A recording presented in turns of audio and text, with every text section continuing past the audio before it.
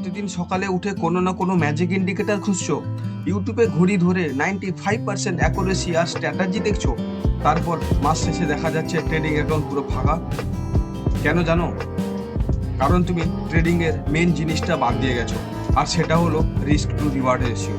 আজকে কোনো জ্ঞান দেবো না, ডাইরেক্ট চোখে আঙ্গুল দিয়ে দেখাবো এটা কেন দরকার। আমাদের মতো রিটেল ট্রেডার্সরা কি ভুল করি জানো? যখন কোনো ট্রেডে 500 টাকা লাভ হয়, আমরা ভয়ে তরকারি বিক্রি করার মতো বিক্রি করে বাইরে বেরিয়ে চলে আসি। তখন বলি বাবা, যা পেয়েছি তা নিয়ে পালিয়ে যাই। আর যখন লস হয়, তখন 2000 টাকা লস হয়ে গেছে, তখন আমরা বসে বসে ঠাকুরকে ডাকি, ভগবান এবার একটু ওপরের দিকে তুলে দাও, এবার যা হয়েছে আর লস করব না। অর্থাৎ লাভ করার সময় ছোট্ট ছোট্ট লাভ, আর লস করার সময় বড় বড় লস।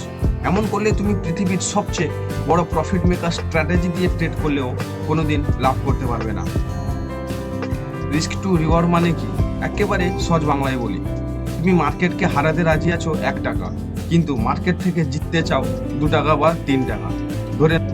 ধরে নাও তুমি প্রতিটি ট্রেডে 1000 টাকা লস করতে রাজি আছো, কিন্তু তোমার টার্গেট থাকবে কম করেও 3000 টাকা প্রফিট, অর্থাৎ 1:3। এখন তুমি যদি পরপর 10টি ট্রেড নাও, তার মধ্যে যদি 6টি লস হয়ে যায়, তবুও তোমার পকেটে থেকে যাবে মাত্র 6000 টাকা। কিন্তু বাকি যে 4টা ট্রেডে তুমি জিতবে, সেখানে তুমি কামাবে 12,000 টাকা। হিসেবটা দেখলে 10টার মধ্যে 6টি ভুল, তারপর মাস শেষে তুমি 6000 টাকা নেট প্রফিট। এটাই হলো বড় ট্রেডার্সদের আসল রহস্য। তাই ইন্ডিকেটর খোঁজা বন্ধ করো।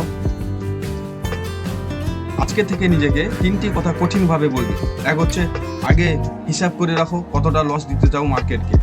2 হচ্ছে 1:2 নিচে কোনো ট্রেড নেওয়া যাবে না। আর 3 হচ্ছে টার্গেটকে হোল্ড করতে শিখতে হবে।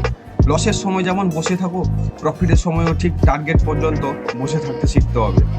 ট্রেডিং কোনো লটারি নয়, এটা শুদ্ধভাবে ম্যাথ এবং ডিসিপ্লিন।